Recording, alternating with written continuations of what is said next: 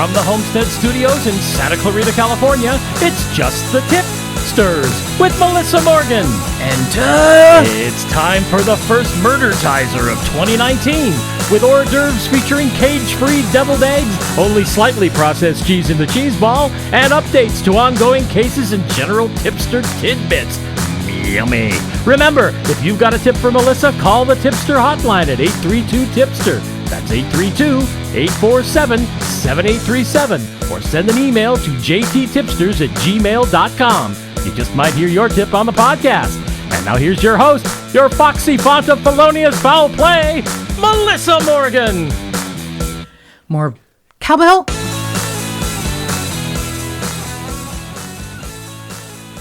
I almost forgot what I said there. Yeah, I mean, that's all right. It happens to all of us. It's been a while. Hey, you got me on that first pass-through of the intro today. Which I'm insisting that you tack on to the end of this episode. Because the thing is, we don't know what each other is going to do and say. And it's sort of a fun thing to get one or the other to break up. Now, typically, I'm laughing by the time I get to more cowbell because Mark has said something funny that I don't know, and he did many things. He said many things funny, but you'll hear at the end of this episode because I'm forcing him to tack it on to the end. It's the most wonderful, sincere, genuine laugh I've heard in a while, and it made me very happy. I wonder if we should have another contest to see if any of our tipsters out there even understand that reference. Oh yeah, they're way too young, way too young. But let's just say it's from a very funny film. And it makes sense if you're old. Yeah, Neil Simon. Yeah, I didn't want to even give him any. I didn't want to give him any clue. All right. But it's a very, and there are some wonderfully philosophical discussions on K words being funny. Ketchup. Oh yeah, the comedy K, man. Yeah, K's. Comedy in threes. It's a really. I'm not even going to say anything. Yeah, K's and T's. All right, let's just call it the Sunshine Boys. But anyway, yeah, it's a very wonderful film, and that I don't know why I had to say enter because I have a list of greetings that I typically say, but that one just jumped out. And thank you for saying contest, producer Mark. This is a Murdertizer in that we have a couple of pretty important updates and a little teaser of what is coming down the road, but. Before we get down to business, before it becomes business time, if you are a fan of the Flight of the Conchords, business time. It's business time. I'm going to sing that now for the rest of my life. We have a couple of fun things. One is the contest. We still have the amazing and fantastic and creative serial killer coloring book. We have a list of people who have commented on the Facebook page and even on the Instagram page that they want it. And that's all you need to do is say, I want the coloring book. Your name goes into a hopper and we will pick that person's name next week, and it will be on the episode that will drop at the end of the month on the 26th, I believe it is. So you still have some time to get your name in on either the Just the Tipsters Facebook page or Instagram page. You can find the Twitter page too if you want, but I can't really find it. So if you find it, tell me what's happening because I hate Twitter with a white hot passion. Just remember on the Facebook page, always put in the hyphen between the tip and the sters. Yeah, a lot of people, I guess I didn't think this thing out when I wanted to name it. Although seeing names of other true crime podcasts, I'm like, yeah, I did okay because some of them are pretty fucking bad. So I didn't want it to be just the Tipsters. I wanted it to be just the tip -sters because it sounds dirty and it made me laugh really hard. So yeah, if you're trying to find it and you're having difficulty, try it with the hyphen between the P and the S in Tipsters. So with that being said, we got the contest, which we'll be giving out the coloring book next week. And the other fun piece of business is that this last week, I got the wonderful opportunity to meet Tip-Ster Charlotte and her equally beautiful sister, Tip-Ster Rachel. And they're really amazing girls. And Tip-Ster Charlotte wrote into the show with the tip, not of a dead body, but of garlic sauce / spread dip that a dip tip, she called him, or wrote in with a dip tip, and that it is similar to Zankou chicken's garlic paste, which it is and it isn't. And she was very clear about, look, it's not the same, but it's good. And she hilariously described it as good in an emergency. And I, quite frankly, don't feel like there needs to be an emergency to use it because it's good on everything. I have had it on sandwiches, on crackers. We met and had some odd sandwiches and salads for lunch.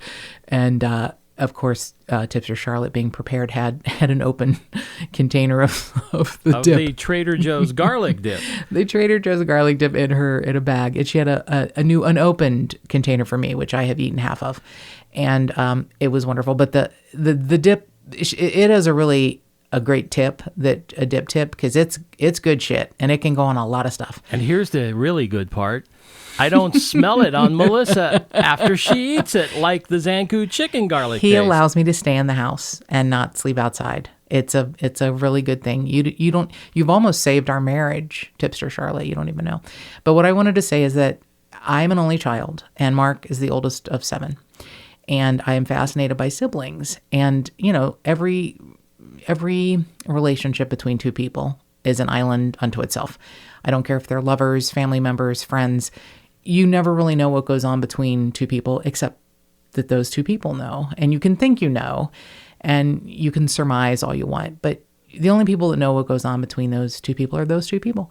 And seeing Charlotte and Rachel, the way they spoke to each other, the way they spoke about their family, about camping trips, about their mom, how their mom should have a podcast because she's such a great storyteller. And Charlotte is so self-realized. She said, I was there, and a lot of the stories she tells, that's not how it happened, but she says it so beautifully. It's still a great story. I mean, they're just these two stellar human beings. It was such a joy for me to meet Charlotte and Rachel. And I look forward to meeting their sister Lorraine at some point. And they're just, their mom and dad did really good. These are two really great people, and it was so wonderful to meet them. And they're brilliant. They're really brilliant, and they're beautiful, but even more importantly, they're beautiful inside.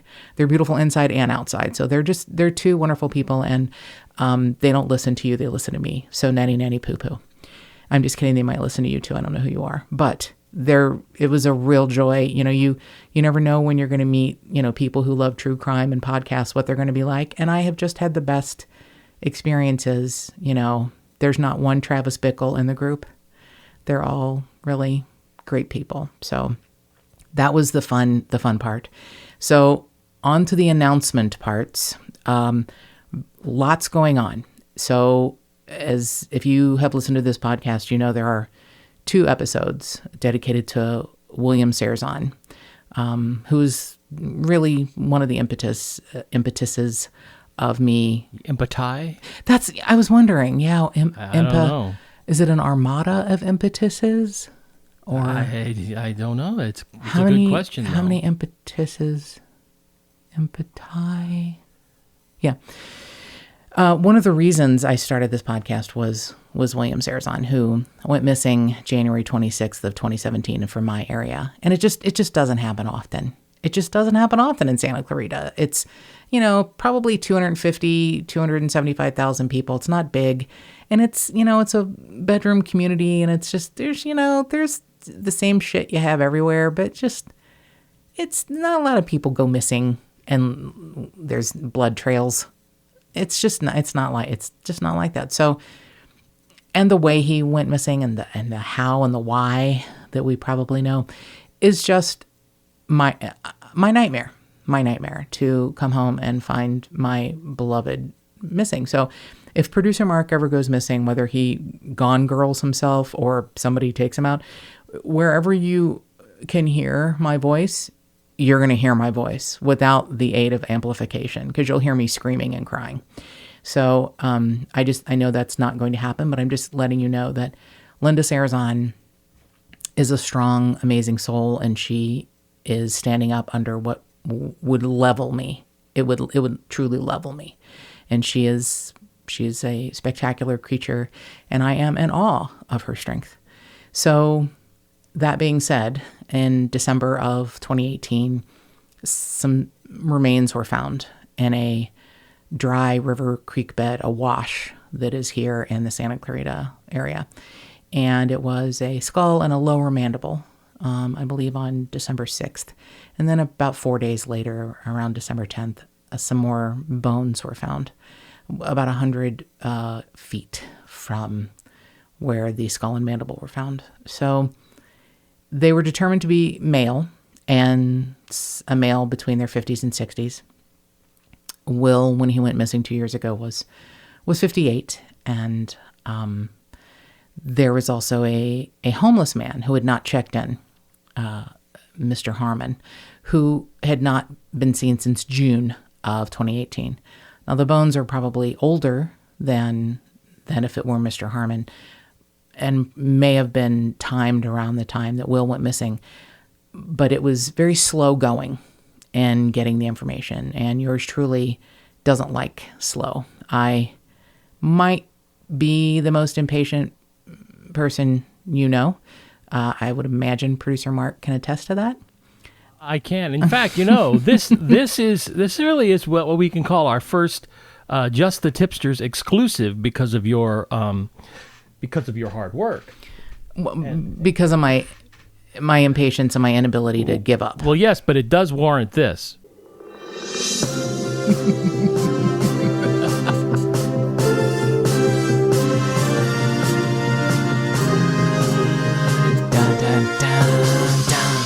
I love any reason to play that. I'd forgotten completely about our news update. Thank you for that, yes. Producer Mark.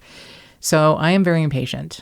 I called numerous times to the LA County Coroner's Office because I've been told by those who know more than I do, Tip-Ster Carey, who led the search for Will for months and months, gathered, volunteers and searchers together and learned on the job, found out how you can use things to your advantage, like drones and, maps and coordinates. And I mean, she really is sort of an amazing sponge who figures out anything she has to do. And she suddenly became a search and rescue person pretty quickly and knew what to not waste time on and what to focus on. Really spectacular. That's why it's difficult to even think that Will is still somewhere in the Santa Clarita Valley. So Tip-Ster Carey said, they have Will's DNA and dental records on file. This shouldn't take this long. So after 2 weeks, we both called. And we both called different times, not knowing each other had called. We each spoke to different people. I kept track of the names that I spoke to. One woman was very kind and potentially let something out of the bag when she actually took the time to speak to me and said, I said, here's his NamUs number. If you have someone in your life or know someone who's missing, NamUs, NAMUS, is a fantastic system, an online system. And it's a beautiful thing. It's like, give us our name back. Those of us that are missing or those of us that are unidentified, it's name us. Please give us our names back. And it has anyone who is missing, you can put them up. It's free. The public has access to it. And law enforcement and medical examiners, coroners have a deeper access to it. They have more information that they have access to that they can find and that they can enter. But anyone can enter someone who is missing. You can enter the information that their height, their weight, the date they went missing, their birth date, maybe what they were wearing, if they have identifying marks, tattoos, piercings, eye color, etc. You can enter all of that onto the NamUs database, and it is a wonderful tool for people to have. So I had Will's NamUs number, and I spoke to a representative at the LA County Coroner's Office who said, oh, he's had extensive dental work. And the way she said it, I was like, well, yeah, he has. That's why you have his dental records and his DNA. Led me to believe the skull and mandible that had been found perhaps had not had extensive dental work. So I'd called again and again and did get a hold of someone who said, oh, the person in charge of that case is on vacation until next week, until next Wednesday. And I was like, all right.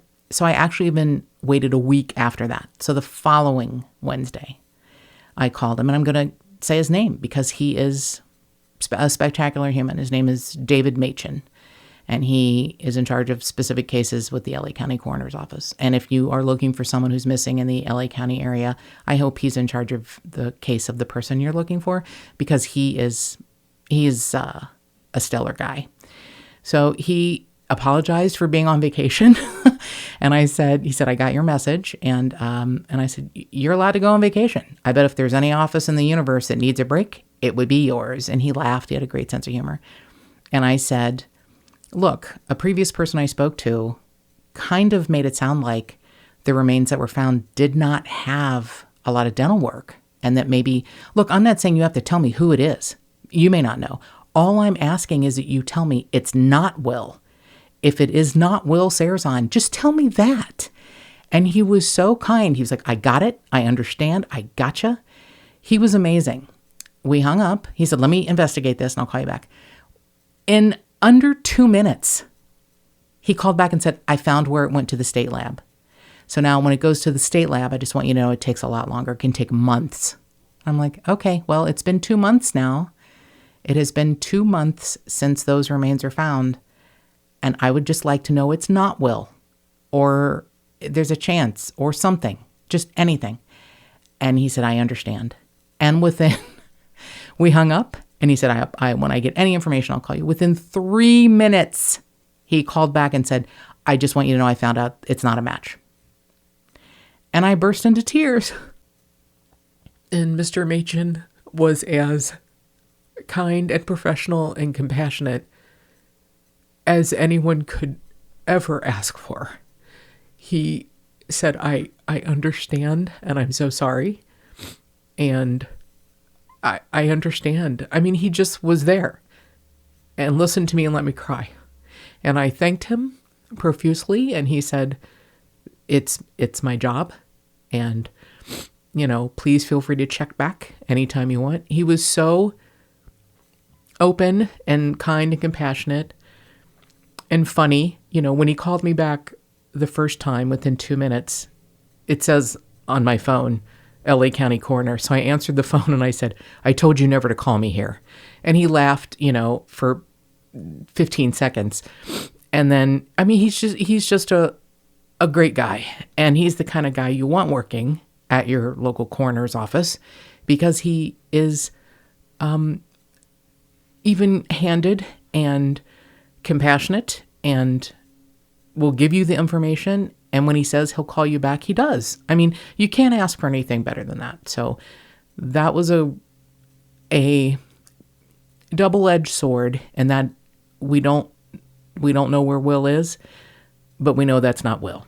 Yeah, we finally got an answer. And just an answer. It's amazing that, nobody else other than you thought to do this digging to find out the answer to this question. Oh, no, Carrie did too. Carrie was calling too. Right, sorry. I have more time than Carrie, and I call more often Apologies to Carrie, but yes, you're right. But it's still amazing. And so this guy was at the main office on Mission Road? Wow. North Mission Road, yeah. Wow. And he's just a tremendous human being, and I'm sending him some Just the Tip-Ster swag and a thank you note that is really funny. On the front of the thank you note, it's black, and it has a outline of a unicorn, and it says, every time you wear black, a unicorn dies. So I think he'll... Where else do you send a card that says that but the coroner's office? I guess Which you're right. I said inside the card. But I thanked him for his kindness and compassion and his information, his willingness to extend the information and call me back and do the work. It was under 5 minutes. We talked 3 times.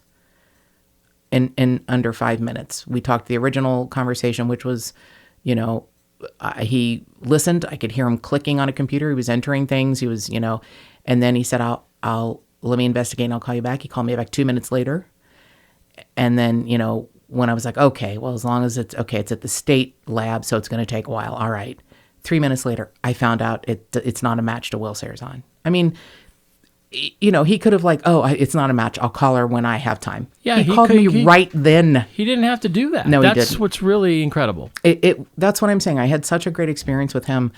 I wish anyone I knew who was missing is somehow found their way to his desk, because and no offense to anyone else, everyone at the LA County Coroner's Office was wonderful, but they were less willing to extend information, except for the woman who I think was trying to delicately let me know that the remains were not Will, when she's like, oh, Will's had extensive dental work.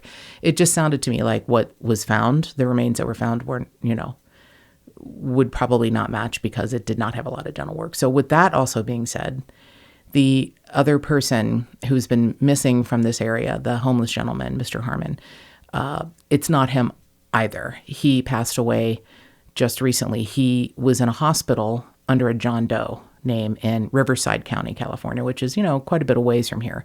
And the reason that people were worried is the only transportation he had was a bike. And they'd found his bike abandoned on Sierra Highway in Santa Clarita and didn't know where he was, and thought that perhaps it would make sense that those remains would be him. But he was in a hospital, and he eventually passed from congestive heart failure. So there's a bit of a mystery. We don't know whose remains are in the wash, but it's not Mr. Harmon, and it's not Will Cierzan. Could end up being another whole story. You never know.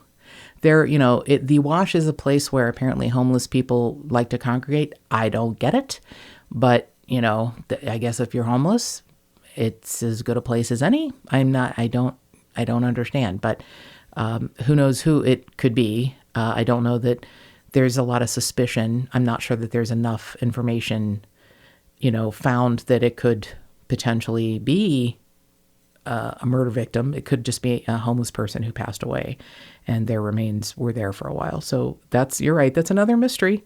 We don't know whose remains it is, but I can give you the update that it is not Will, and it is not Mr. Harmon. So that's the update on Will's case that I definitely wanted people to know.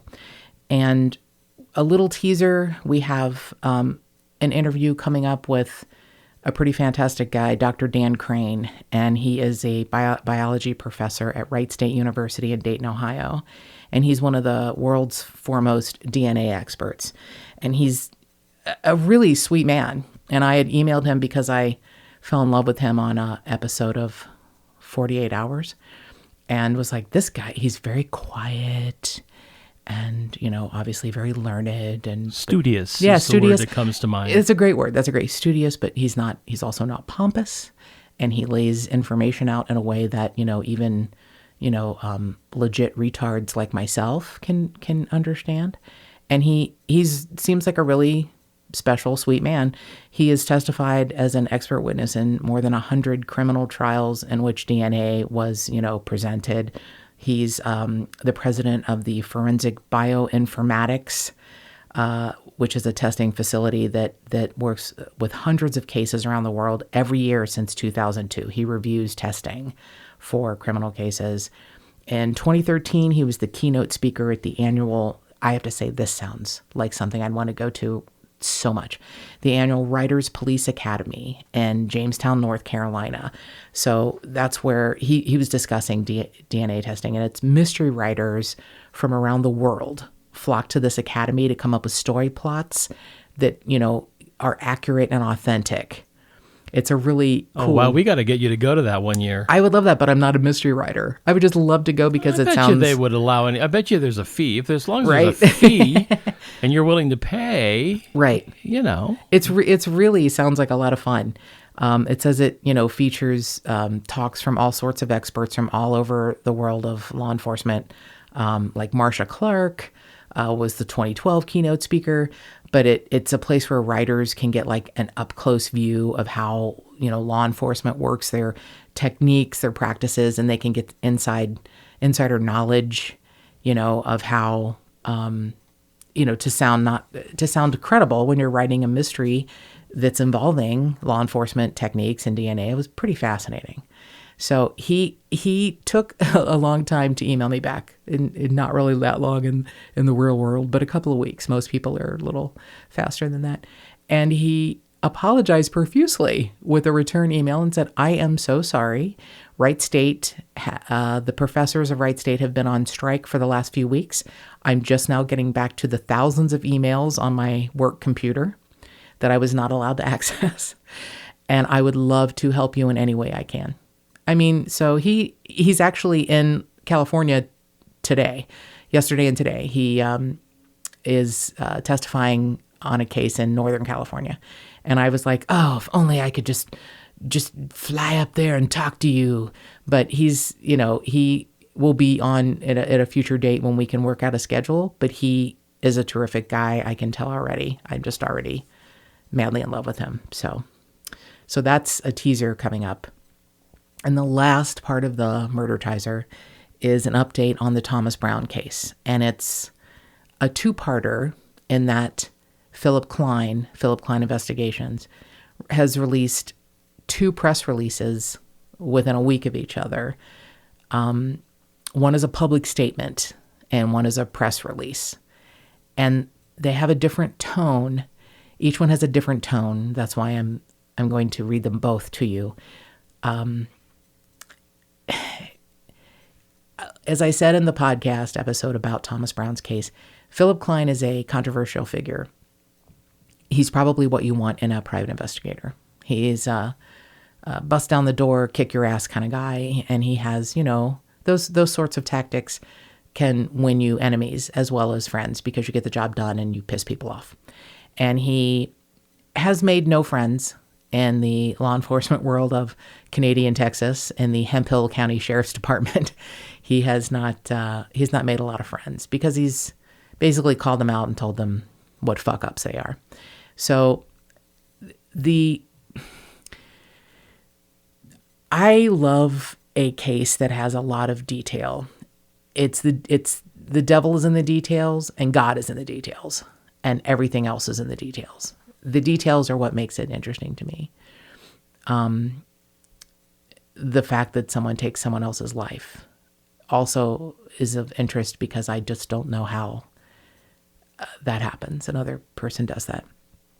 But the first statement is more of a public statement. So this was February 7th of 2019, and it's actually called A Public Statement by Philip Klein in the matter of Thomas Brown. First, let me again take the opportunity to thank the citizens of Canadian Texas and Hemphill County.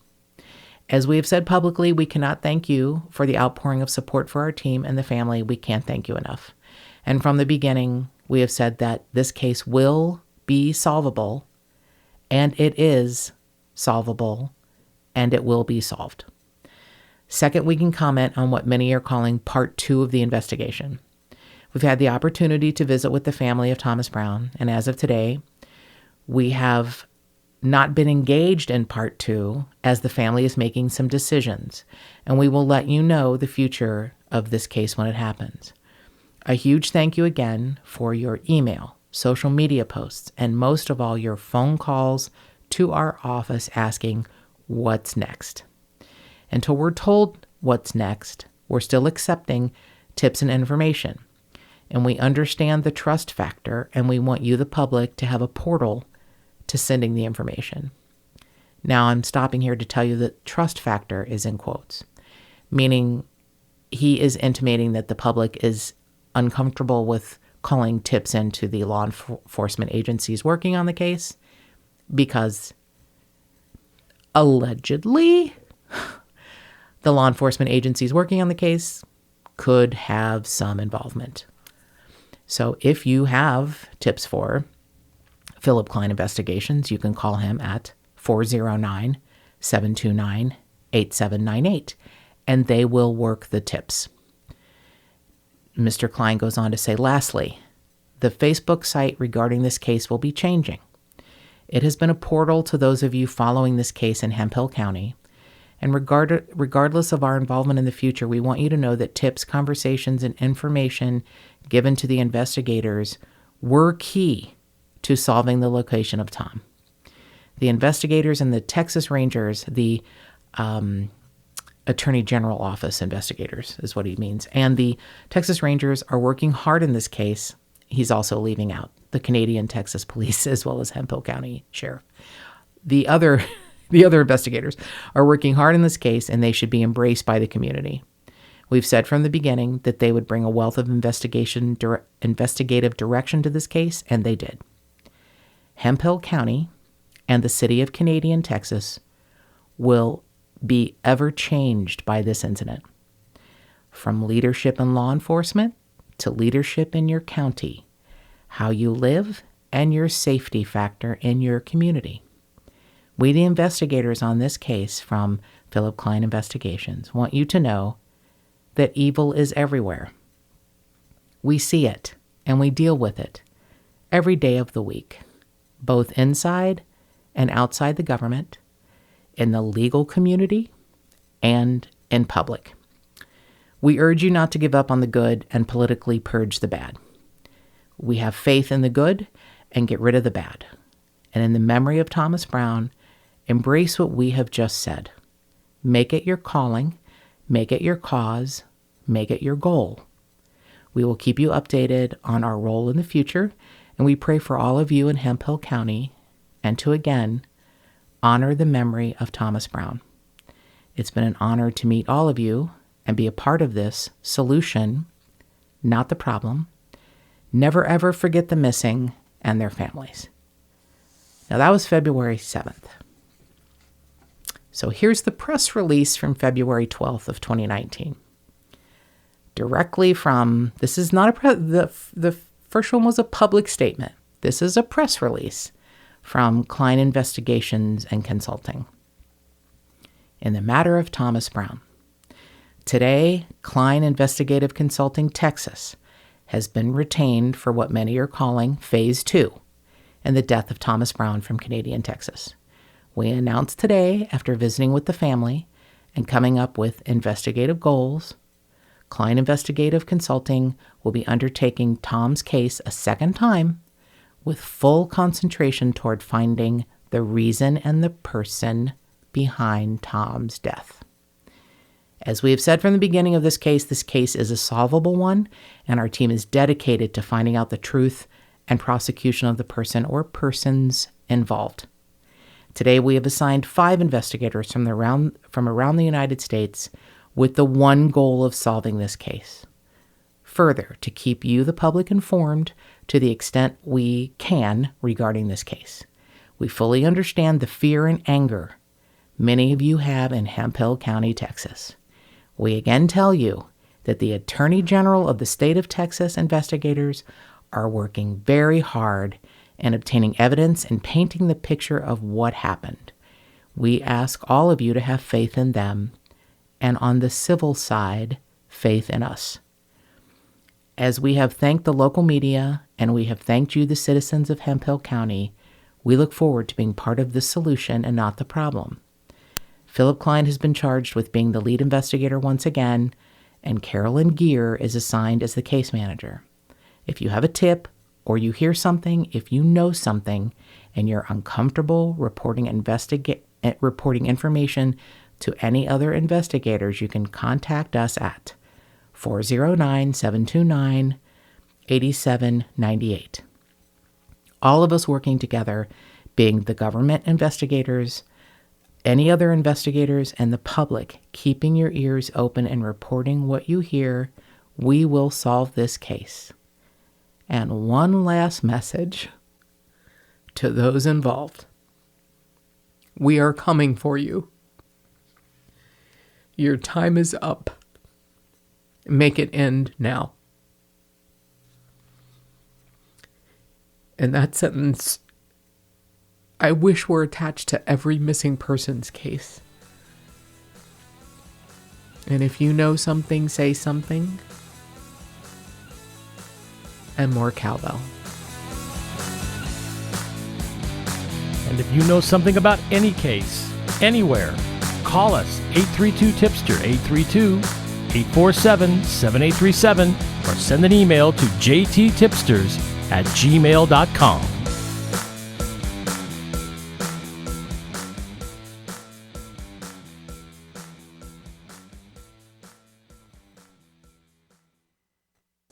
From the Homestead Studios in Santa Clarita, California, it's Just the Tip-Sters with Melissa Morgan. And